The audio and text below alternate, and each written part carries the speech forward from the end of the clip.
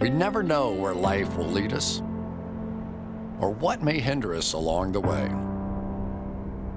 But while every day can feel like one big question mark, it doesn't have to. With the right insights, strategies, and solutions from Western and Southern Financial Group, together we can look ahead to leave the unknown behind.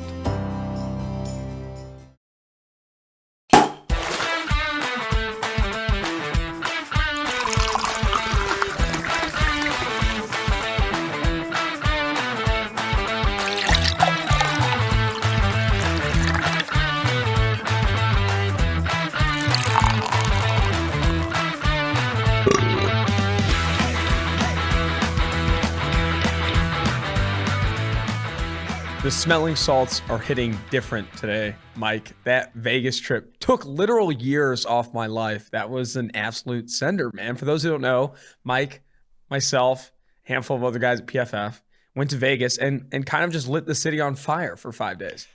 I think Vegas has been on fire for a few decades now. But yeah, we tried. It was a good time. Not a lot of stories we could tell on the podcast, but it was fun. I was singing through like 3 or 4, and I was like, nope. But the one I do want to tell is this was actually some people were mentioning this picture I put on Instagram where you were sleeping. You slept after this little event here. We went to brunch at the Wicked Spoon, which is like this buffet in Cosmopolitan. And they were only allowed, it was Mother's Day too, the busiest day to get brunch. We stood line hungover as hell for like 2.5 hours. It was the worst. That was the worst part of my life. But then the other part, we get in the Wicked Spoon. They're like, hey, you have an hour and a half, bottomless mimosas for an hour and a half, and then you have to leave. Yeah. It's like, okay. Challenge accepted. We just are going down, all in, just mimosas after mimosa. You're going after trying to get 15 to 20, 25. And then we're like an hour and a half in, we just like keep going. And then we ask our waitress, who turns out to be an absolute legend, if we could just shift to just champagne and like screw the OJ. And we just keep going in. And at one point, dude, we're getting pretty sauced up. At one point, she says something like, we ask her for another bottle of champagne. We're like 2 hours in. She's like, yeah, what do you think? I'm the game maker. And we all like kind of laughed at the table. And then we're like, when she walked away, we're like, what the fuck does the game maker mean? We end up taking a picture with her. Yeah. I was a couple bottles away from asking for a number. She couldn't figure out how to use the camera. I asked her to take a picture of us. She couldn't figure it out. We're like, all right, I'll take a picture. And that didn't end up working out either because I think I was like 15 or so. Dude, what an insane brunch. Yeah, so for an hour and a half limit, we were there for 4 hours.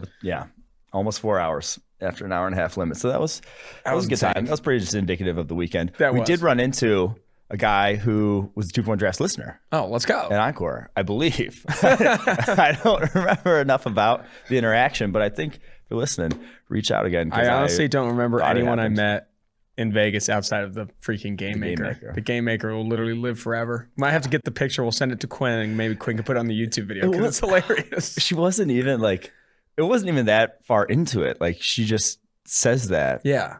And she set the fucking tone, dude. We thought it was like a funny thing to say. And then we're like, that doesn't even make sense. Like, what are you talking about? But yeah, she hooked it up. She was sweet, man. Yeah. She was sweet. All right, let's get into some actual NFL draft stuff here. Looking at offensive rookie of the year and defensive rookie of the year candidates. You wrote an article for PFF.com looking at some of the best bets to make because obviously it's tough when you're the offensive rookie of the year. The favorite's obviously Trevor Lawrence. We're not gonna be like, oh man, this is who it should be. It's like, no, Trevor Lawrence is gonna be the favorite. What was your best offensive rookie of the year bet? And obviously was it Trevor Lawrence? So the odds are right now Trevor Lawrence plus 300.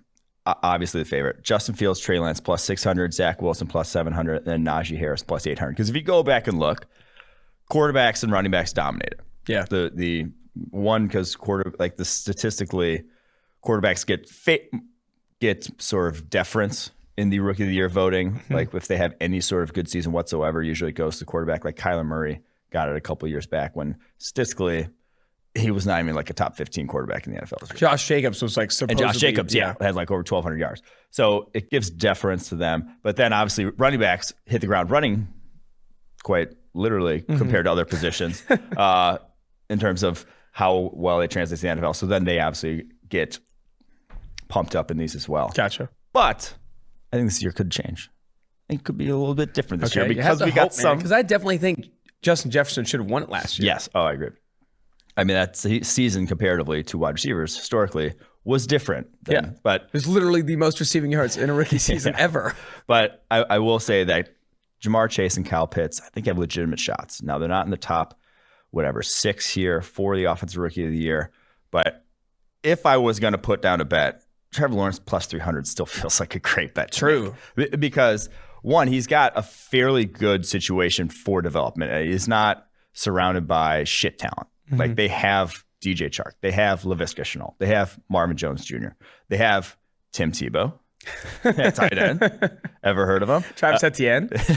They have an offensive line that's, while not great, they were 21st ranked last year, and bring everybody back.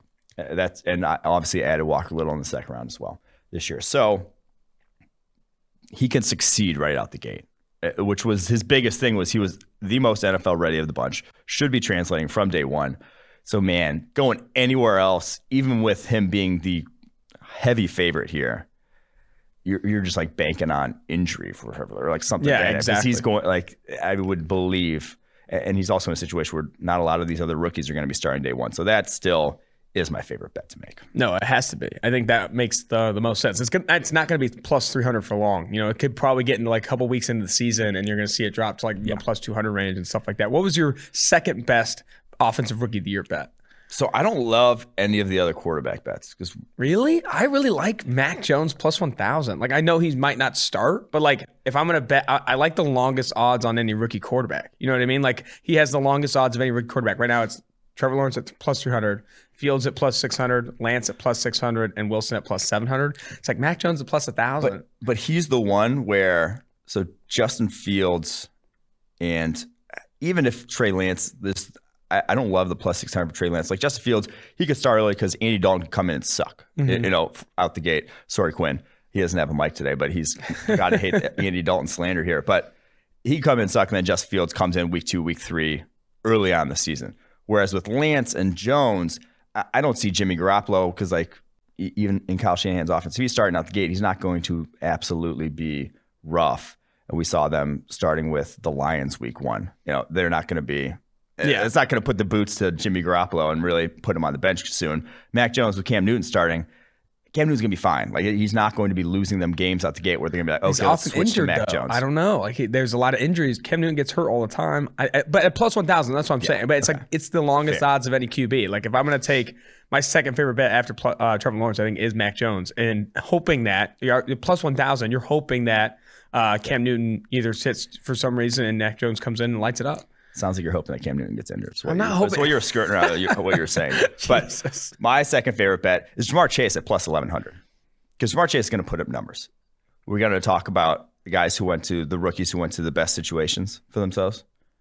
Jamar Chase is top of that list. Yeah. In terms of utilization, obviously the rapport he's already got with Joe Burrow, and an offense that's going to be fucking throwing the ball a lot this year because the defense ain't any better than it was last year, really. So I think the Jamar Chase bet is good. I'd be nervous putting money on a non-QB. I think if I was to put money on a non-QB, I'd go right next to him. Kyle Pitts plus 1,100 because I think the reason why, look at the last non-quarterback that win Offensive Rookie of the Year, Odell Beckham Jr. Odell Beckham in 2014. Yeah. In 2014, that was because, like, in addition to having insane yardage totals, he was also like insane, like an highlight reel. Like, people watched games. People watch the NFL because Odell Beckham Jr. was playing. I think Pitts could have that level of impact on, like, the narrative. And I think that's a weird thing to talk about when you're talking about betting, like, and awards like this. Like, that's what people look for. Buzz people want matters. People want buzz. And Kyle Pitts, if he, like, suns, like, 3 dudes in the red zone and, like, has a couple 2 touchdown, 3 touchdown games and does things a rookie tight end hasn't never done, I think that's going to, like, could dominate the narrative. Especially because this guy has the hype of, like, best tight end prospect anyone's ever seen. If he lives up to that expectation, people are just gonna be like puking all over themselves to, like, vote for him in. Pitts at plus 1,100 is my third favorite bet out of this list. And a lot of it's because we've seen him do what it would take for him to put up, he'd have to get in the 1,000-yard range at tight end rookie right out the gate, which, again, that's an offense that's going to be throwing a lot. Like the Falcons, their defense in that division especially, it's going to get lit up. So Kyle Pitts, there's a lot of mouths to feed, yes, in that Atlanta offense, but there's going to be a lot of balls to go around. So we've seen him do it. Like, he averaged 3.22 yards per route outside in 2020, 3.84 inline, that inside-outside versatility.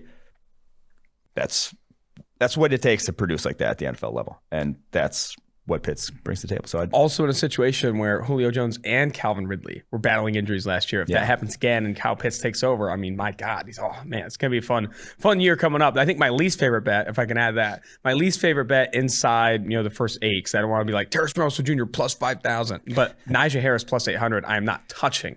That offensive line is bad. That offense is not going to be great. I doubt he puts up the yards, even a better season than what Josh Jacobs had, right? I mean, that would be the situation we're in.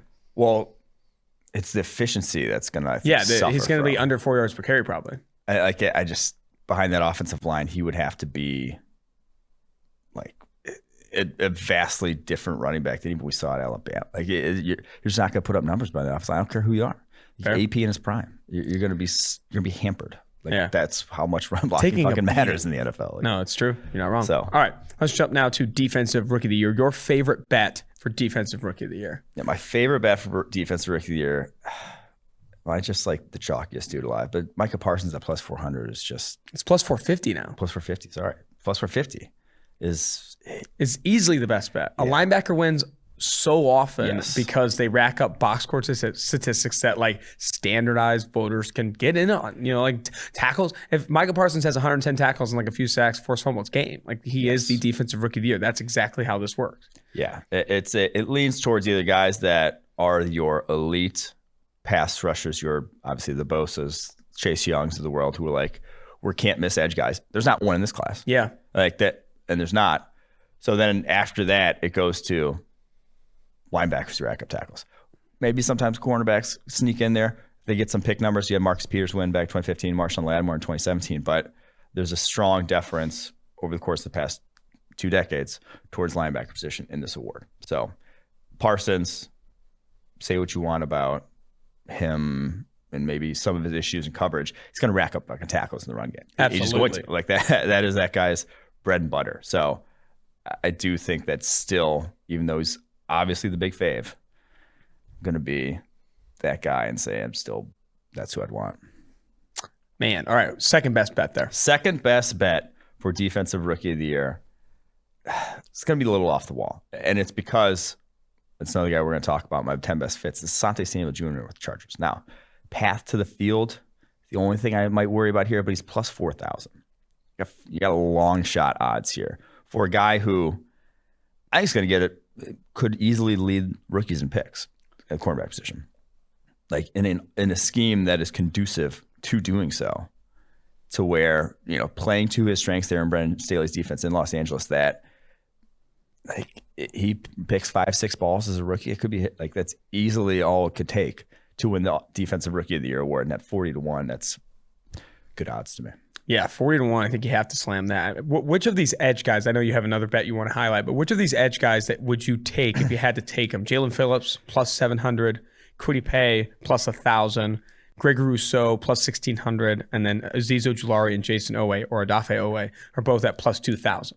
Yeah, the guy I'm listed as Jason. That's just, come on, get with the program. I think I lean Paye there. Paye at plus 1,000. I think is the only edge I'd probably take because I do think. Or Phillips though, it's tough, dude. Phillips. He's such short odds though. Phillips plus 700. Yeah. So he's literally the second favorite behind Micah Parsons. So man, I don't know if I want to touch any of those. You wouldn't touch any of them. I just don't love. Maybe the longest, Azeez. I'd maybe lean Paye there. Fair. If I had to. I think Paye is the best bet, plus 1,000, if you had to take an edge guy. But tell me your third favorite bet here. My third favorite bet, though, is Nick Bolton, because we got another long shot-ish odds here, plus 3,300 for Bolton. And he's going to a place in Kansas City where I can start right away. I truly do.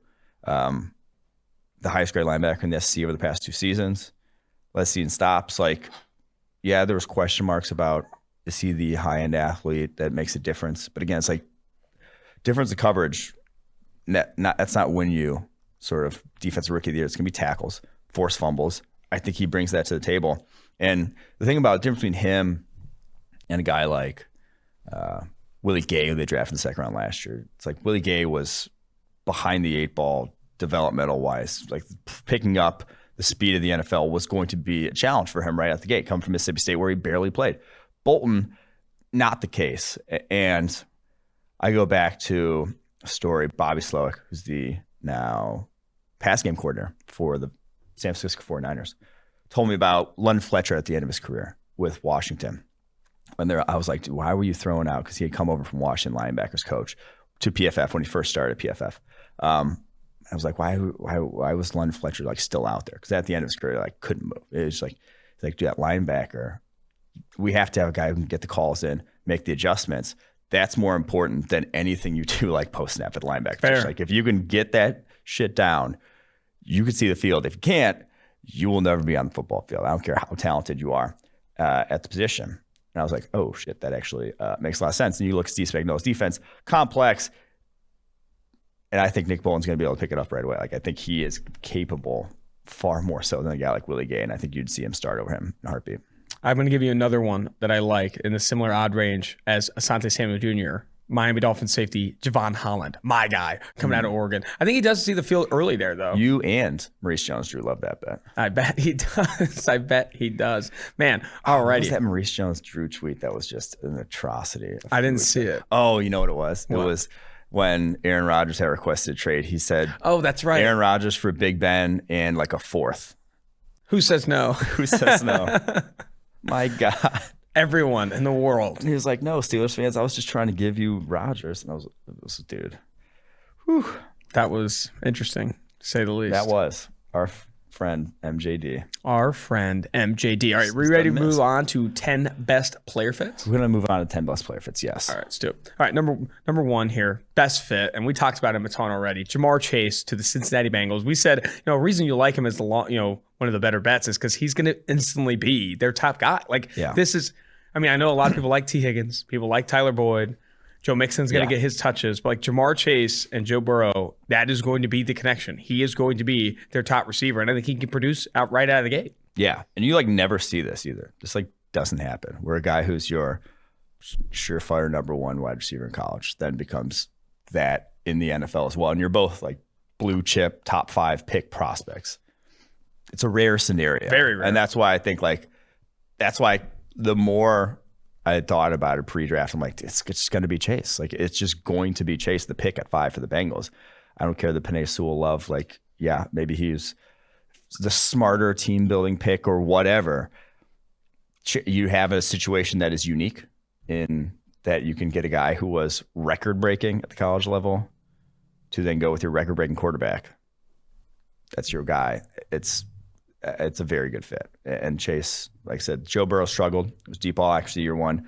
Jamar Chase caught 24 of his deep balls, most we've ever seen in a single season. That's where I think it's going to show up the most. Because I remember we were talking about, I think recently, it's deep ball accuracy, chemistry matters. You need to have that chemistry down the football field, that timing down the football field to actually hit. You also need to get open, balls. which AJ Green was not. So, yeah. So him, I think T. Higgins also takes a step forward. I know a lot of people like T. Higgins. That offense, that passing offense should not have many excuses maybe outside of Zach Taylor on the sidelines. We won't go there, though. We won't go there. All right, let's jump now to they drafted a receiver. Now they got to throw him a slant.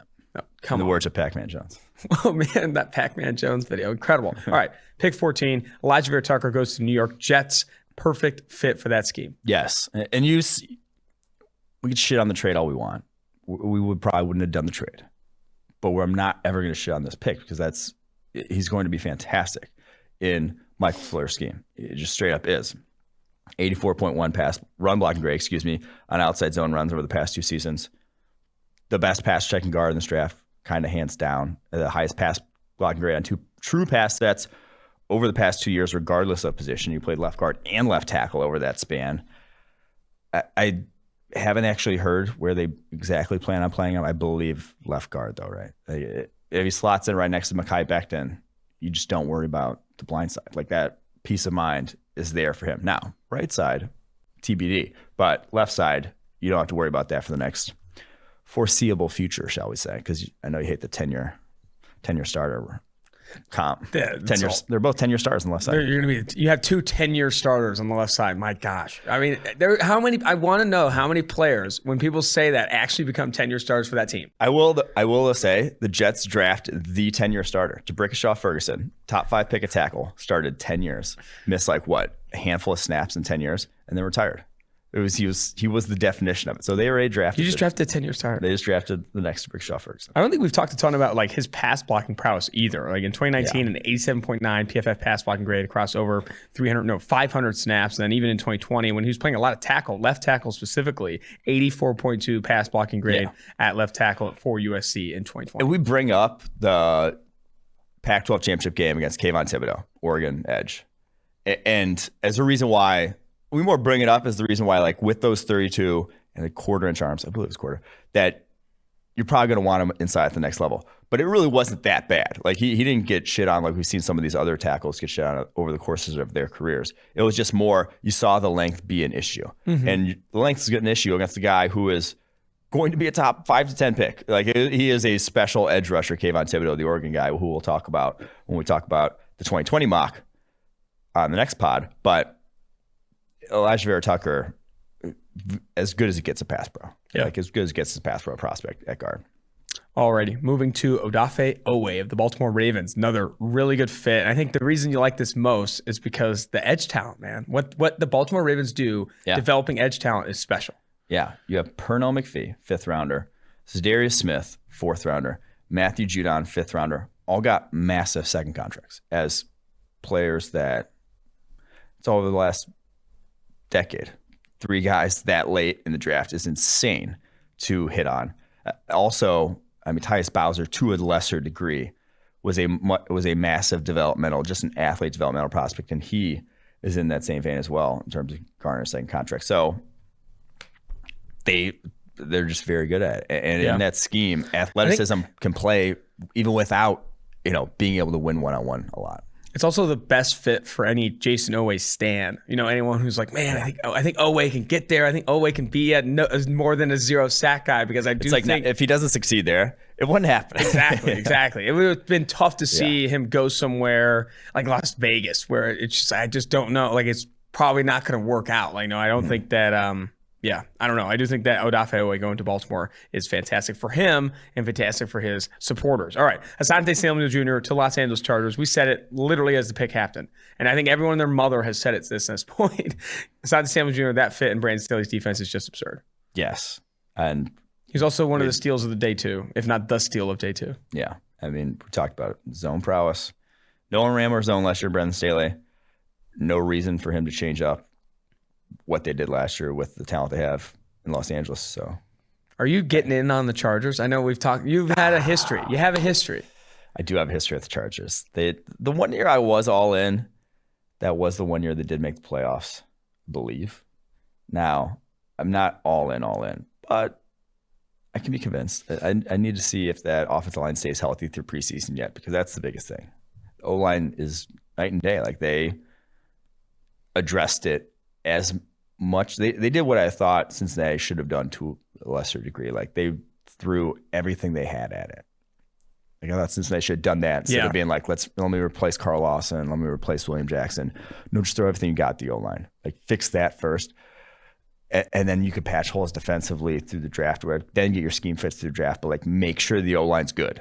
Make sure that's good, because you can ruin a rookie quarterback quickly if Justin Herbert was going to be playing behind an O-line like that again. No, that's a good point. All right, we talk about it all the time, man. Go to free agency, go to the draft, and get as many as you can to help along that offensive line if it is bad, as it was with Los Angeles, and it is now still with Cincinnati. All right, next fit here, Rondale Moore to the Arizona Cardinals. I disagree. Rondale Moore to the Cardinals, I guess it's true because they run a ton of screens and shit, but man, I'm just upset that Cliff is going to ruin him. I think Cliff's going to ruin him.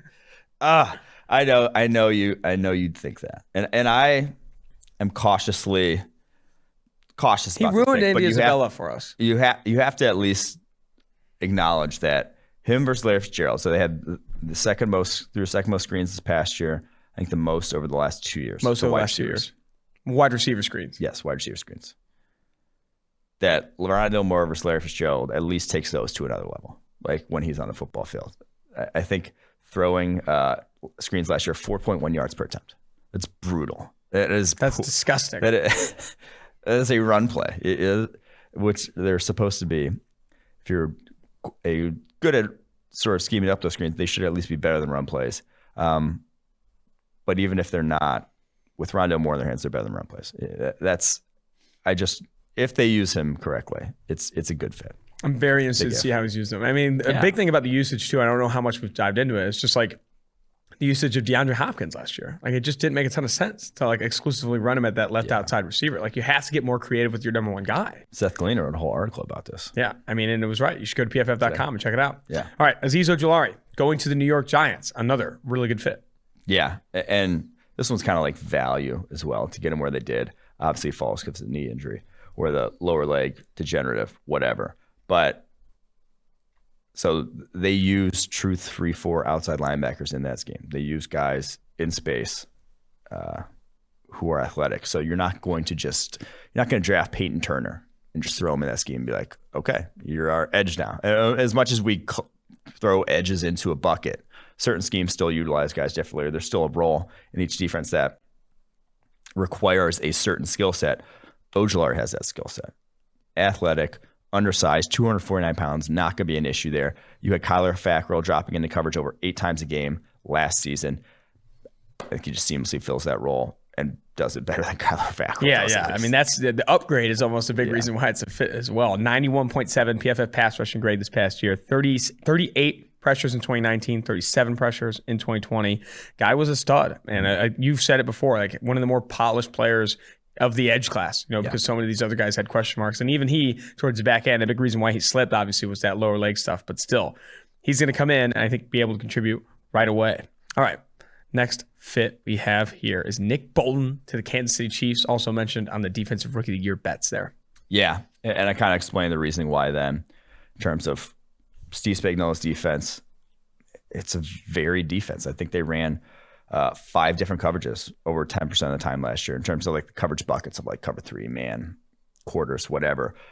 They throw the kitchen sink at opposing offenses. They blitz top 10 rate in the NFL. Like, it's a lot to put on young linebackers. But Nick Bolton's about as instinctive and intelligent a linebacker prospect as you could see in this draft class. So I think from a fit perspective, getting an NFL ready guy for the Chiefs, this was the guy. That it had to have been a big reason why, for the same things you said, it had to have been a big reason why Willie Gay wasn't seeing the field as much as he did. Because Willie Gay, when he was on the football field and in the right position, was making plays. I think maybe pairing Gay with Bolton, the guy who could put him in position to succeed, I think is going to be huge. That could be a really, really nice linebacker tandem for Kansas City. Yeah, and I think it's a big reason why Hitchens has struggled in that defense. Anthony Hitchens, big money free agent, has not made an impact in that defense because it's not all schemes are created equal. He goes from Rod Marinelli's defense, which is very simplistic for what its ass linebackers do, to Spagnuolo's, and it's just not. They're not going to be the same, and I think that's why a lot of people won't draft linebackers highly, is because it's like you need a guy that knows your scheme inside and out. So. All right, a couple more here. Kyle Trask to Tampa Bay Buccaneers. I think we called this before the draft happened, saying if they were going to target a quarterback at pick 64, Trask made the most sense. We've seen their GM, Jason Light, talk about we're in a position to get a backup quarterback because we have that, we have a system in place, we have a good coaching staff, we have a quarterback that doesn't need resources to development. We can bring in Trask, make a play, and his trajectory has been good. At pick 64, this is not only a really good fit, but also a really good pick for Tampa Bay. Yeah, and it's the Arians offense sort of aspect of this got underrated in that he was a great fit for what Arians has done prior to Tom Brady. Tom Brady, it looked different last year than it has in the past, and then it did with Carson Palmer back with the Cardinals. But at its best, or what it was prior to that, was vertical, work the middle of the field, be able to hit touch passes consistently. And that's what Trask did, as well as any quarterback, even compared to some of the top end guys in this draft class. He was right up there with them in his ability to throw touch throws and work, seams and that sort of thing over the middle of the field. That is Bruce Arians' offense. Trask last year led the nation in big time throws. I think it's a great situation for him to develop as well, obviously behind Tom Brady, but just schematically, it was the best place he could go in the NFL for his strengths. Next one here, Baron Browning, edge going to the Denver Broncos. Yes. And this one, just pairing him with Von Miller. We said as an edge prospect, the guy's got the tools to make it work at the NFL level. Now, he has not played edge. He's played off-ball linebacker. He has dabbled a bit rushing the passer, but not a ton. But then just go look at his physical profile. So he is 6'2", 245 pounds. That is or 6'3", excuse me. That is almost the exact same size as Von Miller was coming out. He was 6'3", 246. Both have 33.5-inch arms. So Von went 4'4", Barrett and Browning went 4'5" in his 40. Von did 21 bench reps. Browning did 23. Von had 37-inch vertical. Browning a 40. Von had 10.6 broad, 10.10 for Browning. Then Von was a little different. They had a 4.06 shuttle and a 6.73 cone. But 4.23 shuttle and a 6.783 cone, those are 87th percentile, 97th percentile. Broad was 98th, vertical 97th. Like, as high-end athlete as it gets, not quite Von Miller, but in the neighborhood, tool set-wise. And Von Miller famously holds the pass rushing summit, is obviously open to teaching the art of rushing the passer. Baron Browning getting to pick his brain daily. Fucking, that's a great fit. Like that is as good as it gets for that dude to go to. Not only a good landing spot for him, but a good landing spot. Not a good fit, but like it's going to help him a ton. Yes. Like he's going to be a lot better going to Denver, working with Vic Fangio and obviously Von Miller. And that's why we're like, OROY, him, every other guy in this edge class seemingly needs a lot to develop. Like he needs a lot of work developmentally. Needs to learn how to fucking skill rush the position passer. too. Like obviously you chase athleticism like guys with Kwity Paye, Jalen Phillips, Adafe early in those rounds because they have these tools and these traits to be great.